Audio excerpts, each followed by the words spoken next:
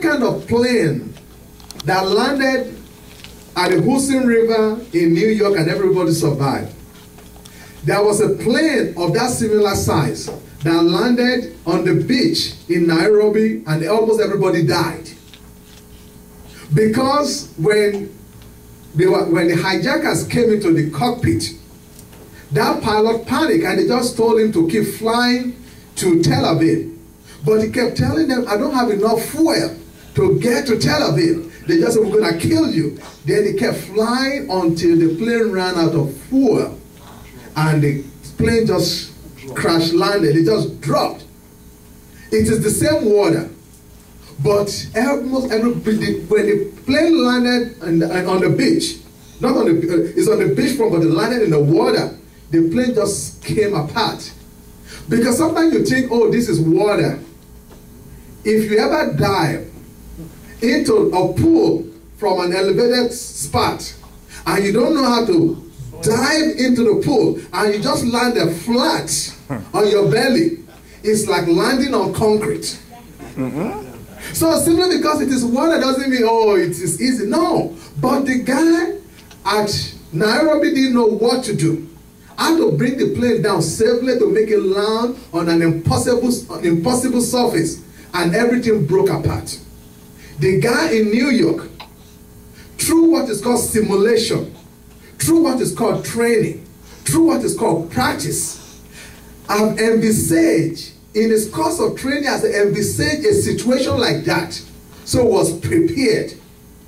The Bible, there's a word that says to be forewarned is to be forearmed. Yes. When you come to the house of God, you are forewarned, so that you are forearmed.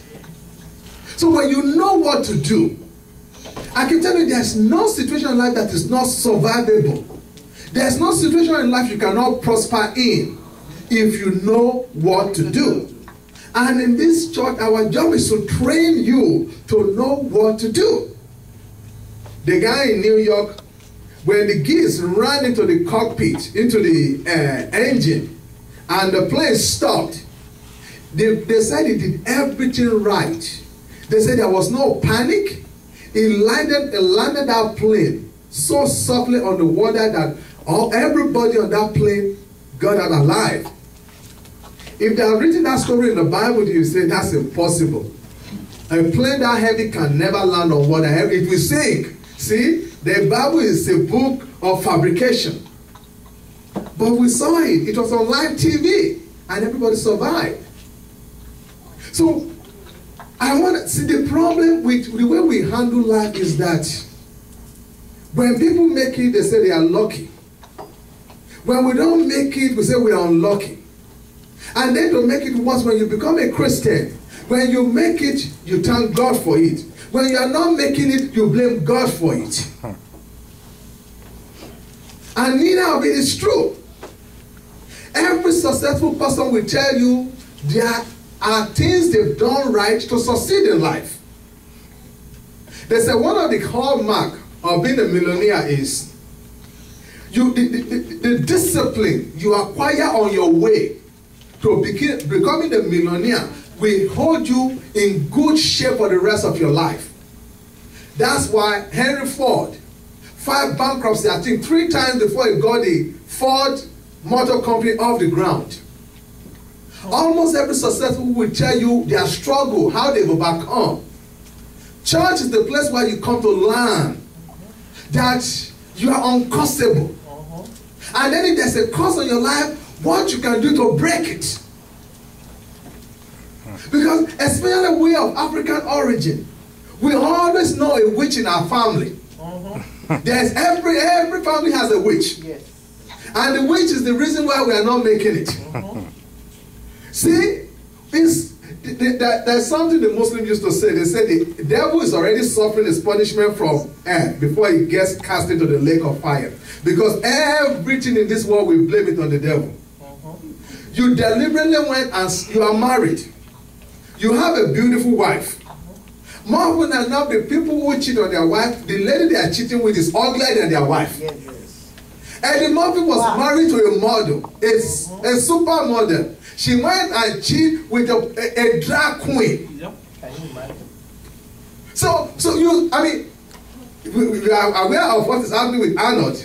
Yep. I didn't see the picture of the lady, so I don't know. But so, but the crazy thing is, you see, look, the guy married. So every time they draw the list of the most beautiful people, Halle Berry is always on it. Halle Berry has been married two times. On both occasions, the husband cheated on her. First, it was David Justice. Cheated on her with a lady. Then the other guy she married did the same thing. That's why when she had a baby with this latest guy, she said, I'm not signing no wedding ring because the wedding thing is not working for me. And they broke apart again. So when we do things like that, when people do it in the world, they take responsibility for it. They say, I didn't know what happened to me, I was just crazy. But when Christian does it, they say, the devil made me do it. The devil drove your car all the way to Motel 6. Park it 6 blocks away from Motel 6. Go through the back door. Make sure you didn't sign your name. You put on a hat and a dark glasses when you are going there. Oh, the devil really made you do it. So the Muslim always say, before we ever get to heaven, the devil is already suffering his punishment. But everything that happened, we blame it on the devil. But I submit to you this morning that whatever cause is existing, first of all, the Bible let us know we are uncausable. But whatever you believe in life, you print it out of you. You materialize it.